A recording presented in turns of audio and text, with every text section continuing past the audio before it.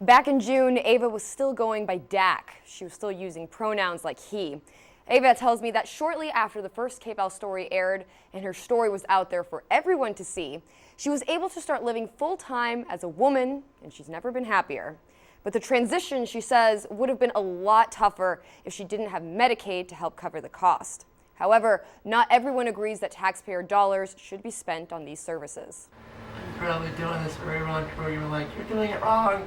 Every morning, Evelyn Gaultier, Ava, stands in front of this mirror. Yes, the pressure is on. She applies her mascara Of course I get that and her one. lipstick, Oh, this is actually the last couple steps of it. and she takes her hormone pills. But 6 months ago, her reflection looked a bit different. A lot of things that have changed for me, they don't surprise me as much as the things that haven't changed. Like, I'm still the same person. I'm just a bit more freer. At times, freedom for a transgender woman comes at a price. People can be insulting. I get broed, stirred a lot still, even in this area. And dating can get complicated. I swing both ways. Okay.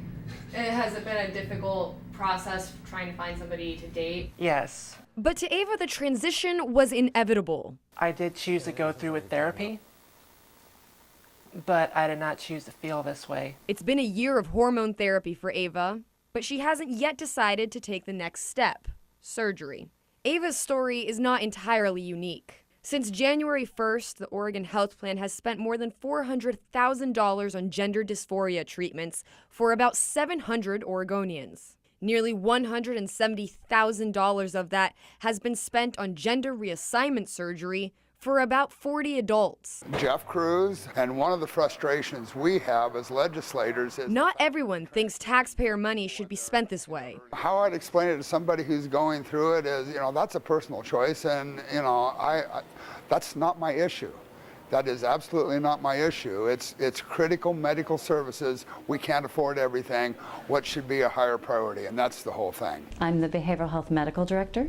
Trillium Community Health says they abide by international guidelines, which outline coverage for medical needs. Well, the psychological need, the psychological distress that a person experiences is a medical need.